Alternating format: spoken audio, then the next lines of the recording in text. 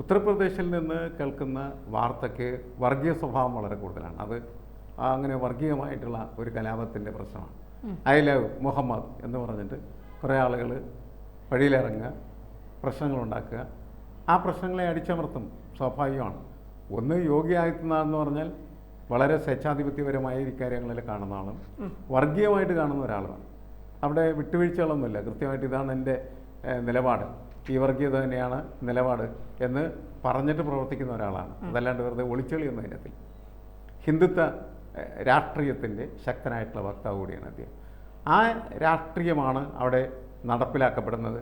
അതുപോലെ തന്നെ I love Muhammad എന്നൊക്കെ പറഞ്ഞ് എന്തിനാണ് ഒരു ഘോഷയാത്ര നടന്നത്? എനിക്ക് മനസ്സിലാക്കാൻ പറ്റാത്തൊരു കാര്യമാണ്.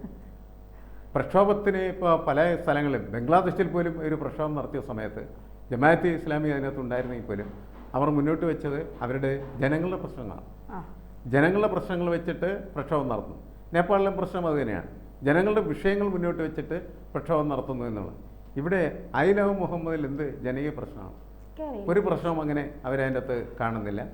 ഞാൻ മുഹമ്മദിനെ സ്നേഹിക്കുന്നു എന്ന് പറഞ്ഞ് മുഹമ്മദിൻ്റെ അനുയായികളായ കുറേ ആളുകൾ ഘോഷയാത്രക്ക് ഇറങ്ങുന്നു. അത് പ്രത്യേകിച്ച് ഈ വർഗീയത വളരെ ശക്തമായിട്ട് പ്രകടമാക്കപ്പെടുന്നതായിട്ടുള്ള തെരുവുകളിലാണ്. അതുകൊണ്ട് അതിനെ വർഗീയമായിട്ട് തന്നെയാണ് യോഗി ആദിത്യനാഥ് കണ്ടത്.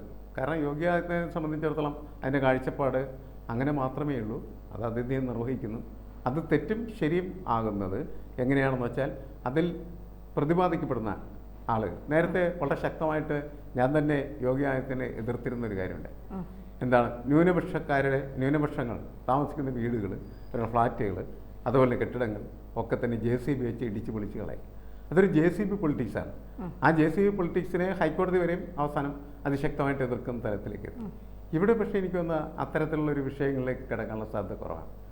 ഐ ലവ് മുഹമ്മദ് എന്ന് പറഞ്ഞ് അവരിറങ്ങുന്നത് അവരുടെ വർഗീയതയോ അവരുടെ വർഗീയതയിൽ പൊതിഞ്ഞു വെച്ചിരിക്കുന്ന രാഷ്ട്രീയത്തെ പ്രകടമാക്കാൻ വേണ്ടിയിട്ട് അതിനെ നിരോധിക്കുകയും അതിനെ നിഷേധിക്കുകയൊക്കെ ചെയ്താൽ അതിന് കാര്യമായിട്ടുള്ള വോയിസ് ഒന്നും കിട്ടാനുള്ള സാധ്യതയില്ല.